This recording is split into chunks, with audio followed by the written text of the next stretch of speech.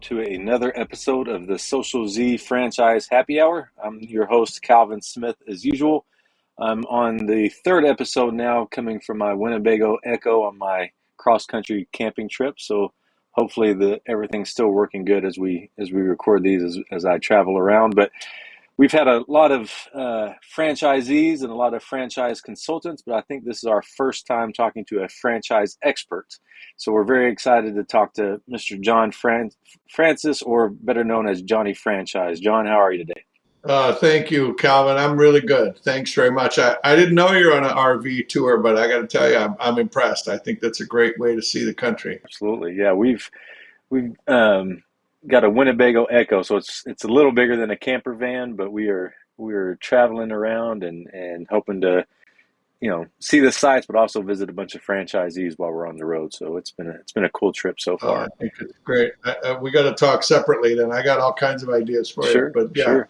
Great idea. I love it. Awesome. Well, John, we usually like to kick off to, if you could just do a quick introduction about yourself, where you're located, and the name and aspects of your business. Kind of tell my story. So my name is John Francis. I'm in the Minneapolis, Twin Cities area. I'm born and raised here. I'm married.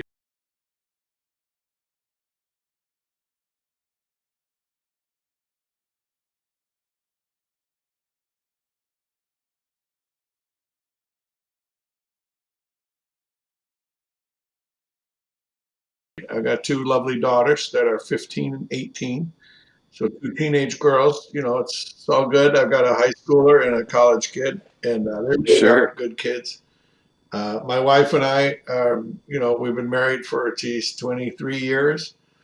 Pretty lucky there. If you met her, you'd understand, and you'd be like, yeah, nice work. So she's a great gal, and we have a pretty good situation at home. I work from home here. I've been working at home kind of for about the last 10 years like this, as what I call a reluctant consultant, kind of a freestyle advisor. I love helping people with franchising, right? Sure. I can tell my story and then kind of tell you where I'm at or how I got here. But should I just go ahead with that, Calvin? Yeah. So yeah, let's dive back to the early years, John. I know you've been in this industry for over 20 years, but yeah. Are you from the Minneapolis area? Yeah. Where'd you grow up, and what was your path from growing up to going to university at St. Thomas to get into franchising? Yeah, well, my story is, I'm the youngest of 5 kids in my family. So my mom and dad, my dad was a fantastic entrepreneur, and mom was, I would say, the brains behind the scenes, right, who really helped him get it right. So my dad was a barber. He was a barber here in St. Paul, Minnesota back in the 50s, early on. In the late 60s, he wound up franchising barbershops, right? Wow. Before I was even born, he started his entrepreneurial thing with barbershops, sure. and he was really a good barber, but he was frustrated by the opportunity that just having a store, your own barbershop with 1 or 2 chairs, really wasn't what he wanted. He wanted something bigger, some bigger opportunity. So long story short, he wound up franchising barbershops in the 60s.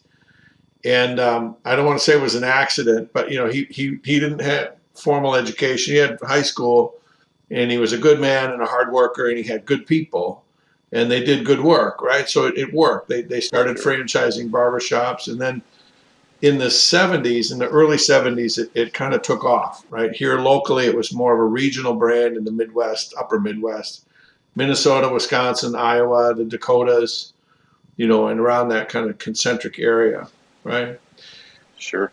So growing up, as I was a little kid, I thought everything was a franchise, and I thought everybody owned their own business or two, and everybody worked for themselves except the people that worked for us. I mean, I really thought that's what everybody had, a family business or two, and we talked about business all the time, and it was dad was working and mom was at home, and there were a bunch of kids all over, and we had a pretty wild and fun, kind of active family life. It was a cast. And so by the time I was growing up, by the time I became old enough to sort of understand what was going on in high school, and it's like, okay, we got a real business here. I mean, the family business really grew, and it became a substantial franchisor of barbershops and hair salons. So the original brand was called The Barbers, and it was kind of a big deal in, I guess, the 70s, I'll say, the early and middle 70s.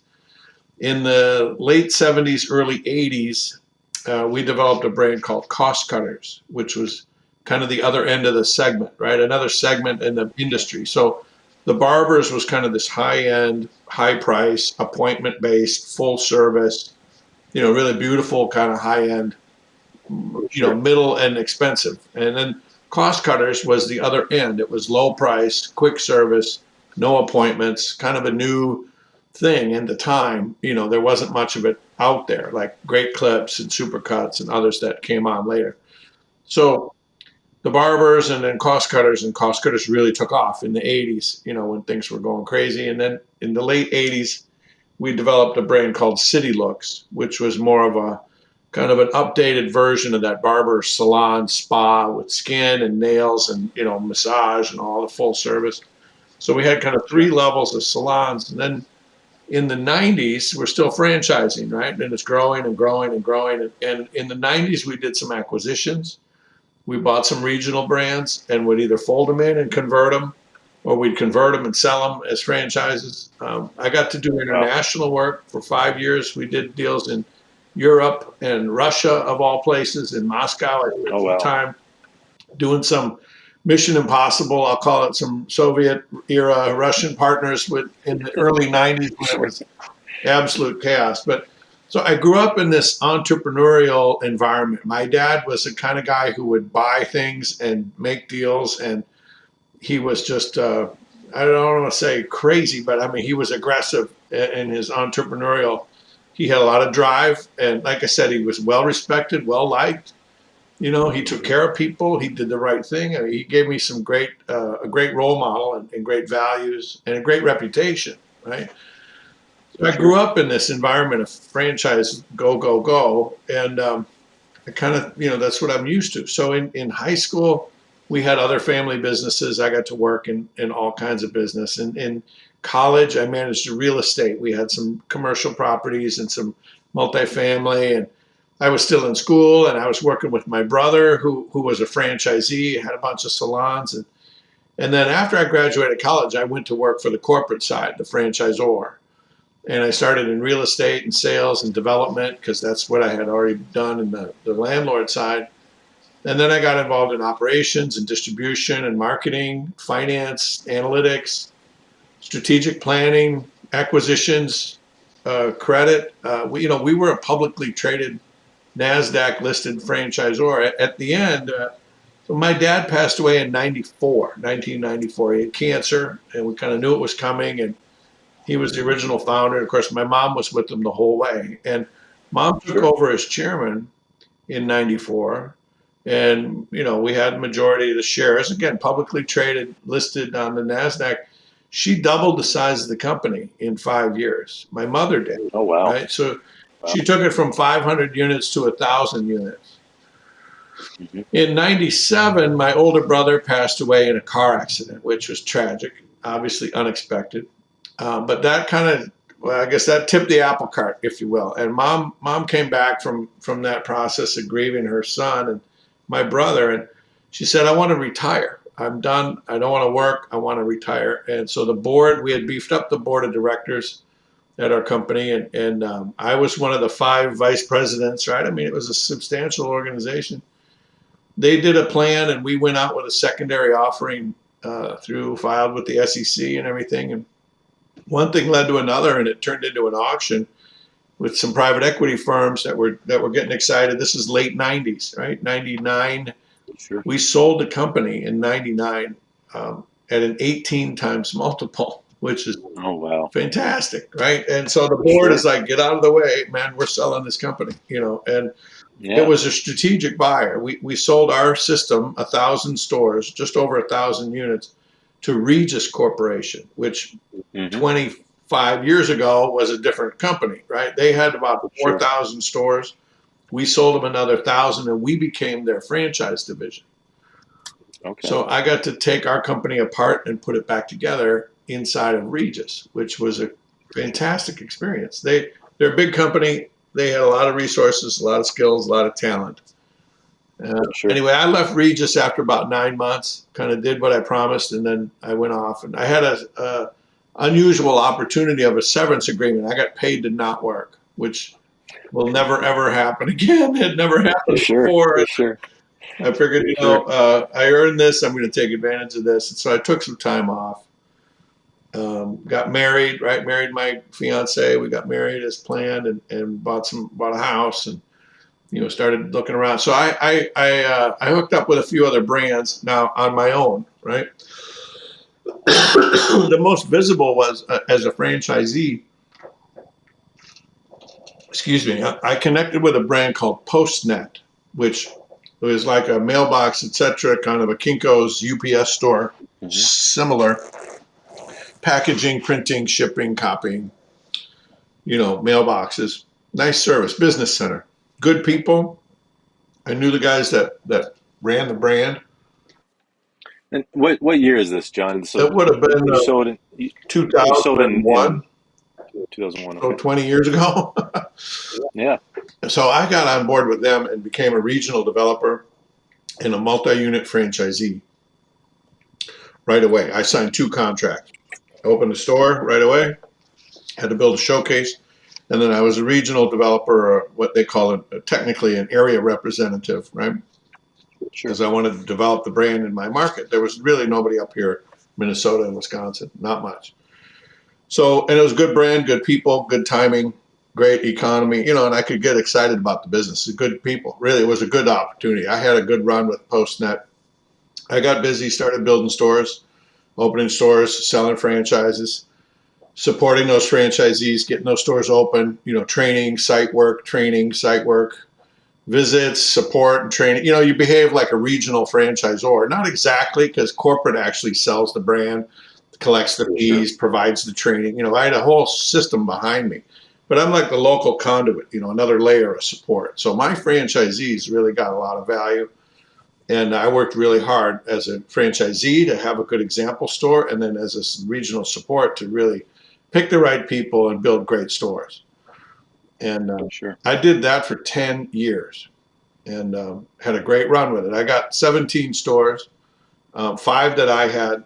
And then when the recession came through, right, everything kind of changed, right? In 2009, 10, the credit markets froze. We couldn't finance anything. I might sell a franchise, but people weren't writing checks. The home equity disappeared. SBA got frozen solid. So nobody could borrow and nobody could do anything. It was about a year of nothing, right? That took all the fun out of it, right? So actually shifted gears at that time. Again, I had done a few other franchise deals, other brands as an investor, as a partner, as a franchisor, and as a franchisee. I'd done some consulting and work. But my family took advantage of the recession and the impact on commercial real estate. So the real estate market got, certain segments, there were real opportunities. So we did some estate planning, I guess, with my family's, family situation. And so the PostNet business became all of a sudden relatively small to the family business I was involved with. So that's when I shifted and started serving on boards, doing consulting and advisory sort of coaching work. So I've got clients that are franchisors, typically. I work with them as a coach or an executive coach to the owner or the leader or the president or the whoever it might be. And then I help them with their work. So I don't really do their work. I'm kind of behind the scenes, kind of in their ear, maybe in their head a little, getting them thinking about what they should be doing and how and why, and get other people to do, really lead the organization. So I help them with things like advisory councils, peer groups, advisory boards, board of directors, structural accountability. I'm a big fan of this thing called EOS, traction. You probably heard about that. I've been a big fan of that for a long time. There's a little hotbed of EOS action here in Minneapolis. A lot of people here around are familiar. We got into it through a peer group thing I was doing 25 years ago. So we've been doing stuff like this. So I love franchising. I grew up in it. I understand it inside and out. I've bought them, I've sold them, I've opened them, I've closed them. I've had my wins, I've had my losses. I've been on the corporate side several times. I've been on the franchisee side several times. And I'm not a know-it-all. I don't pretend to know what I don't know, and I'm not a good, I don't make it up. But I'm a share-it-all. So I'll share what I'm thinking. I'll ask intelligent questions. I'll tell you what I think might be coming, or what might happen if you do this, then that, or then this, then that. I feel like I've seen the franchise movie so many times. I can tell you how it's going to end, or I can tell you what characters to play and to make the outcome different. How to change the story if it's not the story you're happy with. So I call myself, an advisor, a consultant, an expert. I do some speaking at franchise conferences. That's a lot of fun. Sure. Now I'm running these mastermind groups. That's a lot of fun for franchisors. And, I get around. I'm not hard to find. I'm not really selling anything. I'm not pushing any courses or books or anything crazy. I got plenty of stuff. Sure. If you go to my website, johnnyfranchise.com, there's a video there. You can hear about how I earned that nickname, right? Someone has to give you a nickname, right? I didn't invent it, but I've got some stuff. I've got a blog. I've been doing for years. I've got a thing. I'll just mention it, Calvin. The top 10 tips for franchisees. It's a free little download. Sure. You give me your email, and you'll be on my newsletter list. But we never sell the list, and it's like once a month. It's not too hateful, but there's some really practical, tactical. I'm not a motivational, rah, jump out of your chair kind of guy. I'm more of a get it done, let's go, fix the problem, and move on, right? That's kind of my style, is real straightforward. Let's go here. We got people who are waiting for this to move. So I believe in franchising as a team effort, right? When the franchisor does their piece right, the franchisee does their piece right, and the supplier and vendor companies that provide the services and products and technology, and when they do their part, when everybody does what they're supposed to do in a way that's cooperative and compatible, it's a powerful combination. And I've seen that work great. I've seen it fail miserably. I've seen different pieces and parts kind of come and go in brands over a long period of time. Literally grew up in this. So I've been going to the IFA, the International Franchise Association, right? When I used to go when I was a kid, it was like going to a big wedding,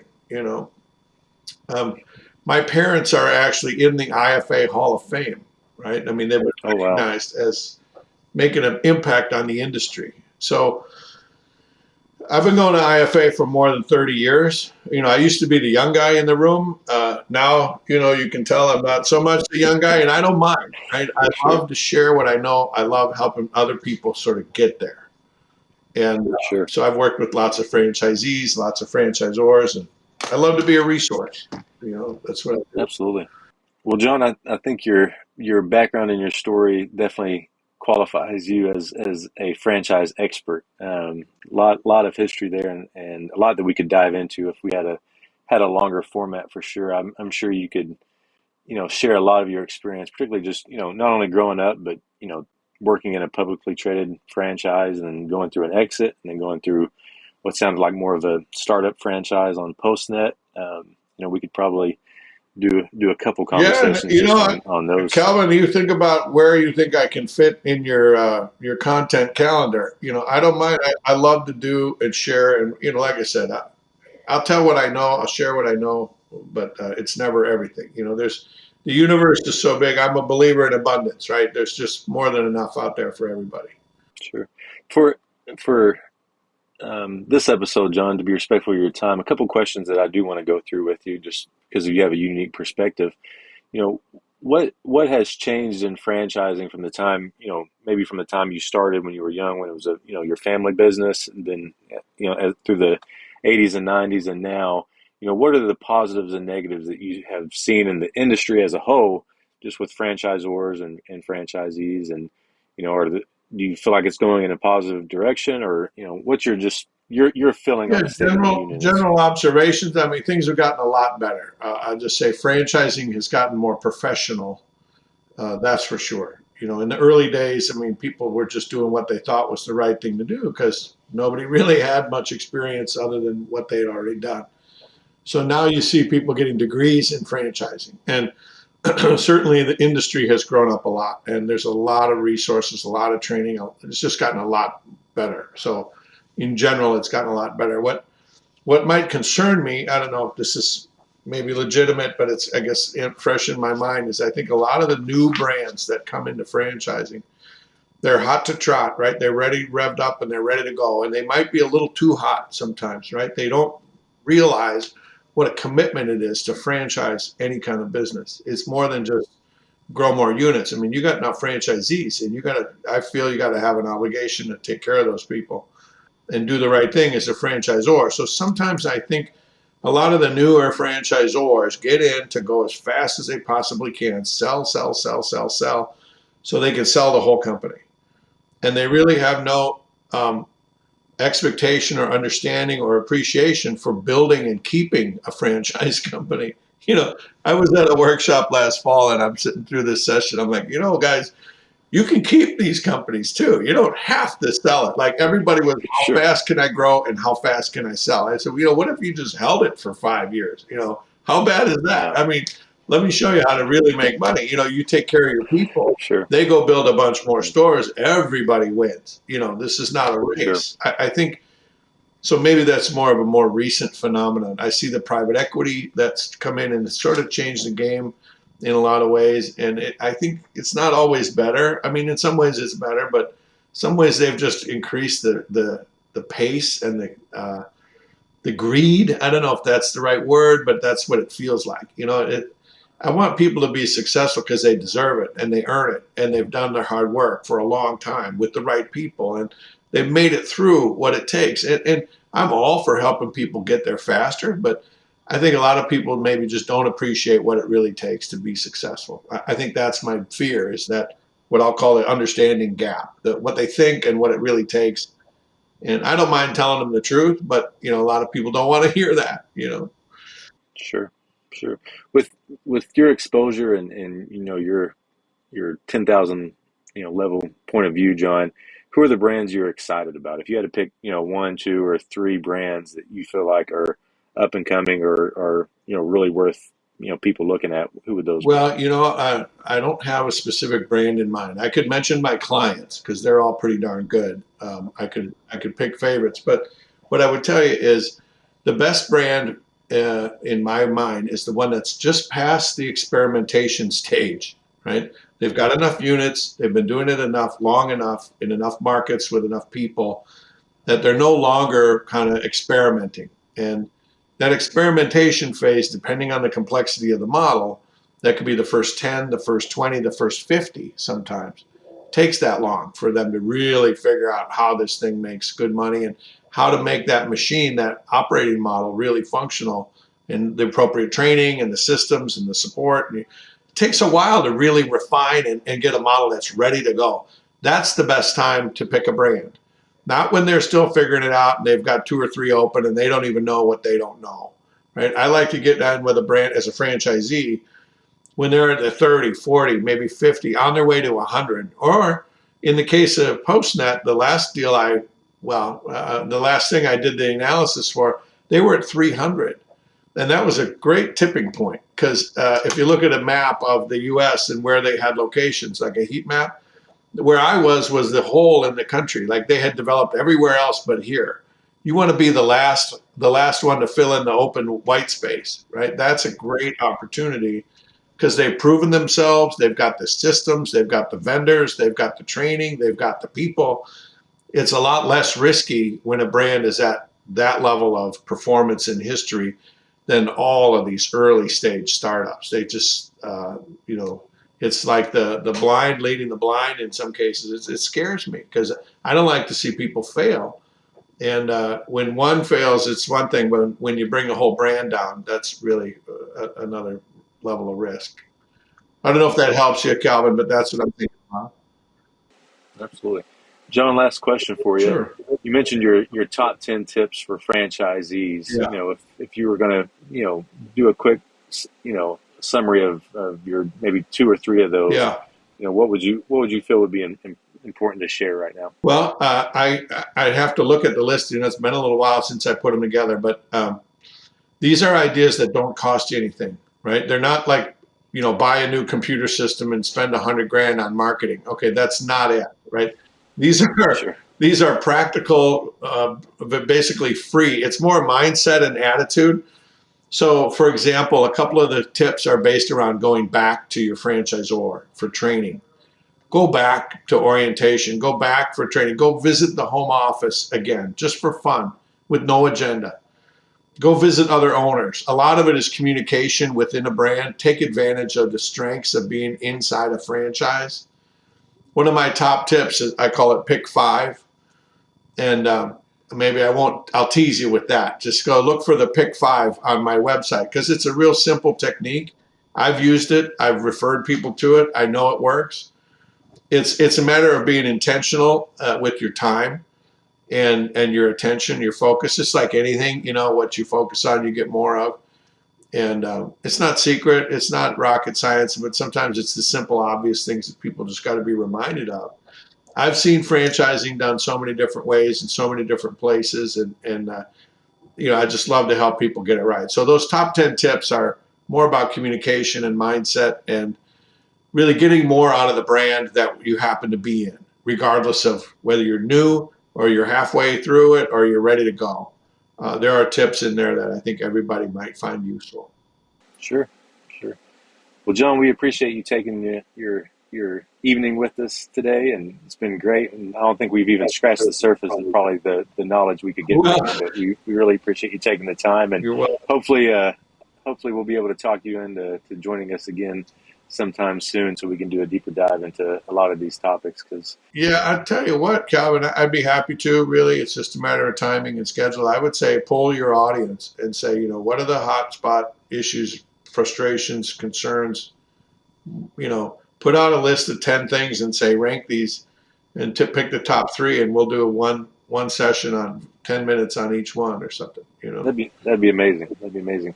John, to wrap us up, for anyone listening, what's the best way to get a hold of you or find you online or LinkedIn? What's the best method for reaching you? Sure. My nickname is Johnny Franchise, so I embrace that nickname. It's my handle, I guess. It's my website, johnnyfranchise.com. I'm on LinkedIn and Instagram and all that, Facebook. I'll put my phone number out because I don't mind. 612-868-0745. You can call or text. If I don't answer, leave me a message and I'll call you back. I'm busy and I'm running around and I'm doing my thing, but I love what I do. I'm a lucky guy. I get to, I found my sweet spot, right? And so I'm happy to share with you. And I appreciate the opportunity, Calvin, to introduce myself to your audience, and I hope I could be a resource to you and through you to them. And just love seeing people get what they earn, success.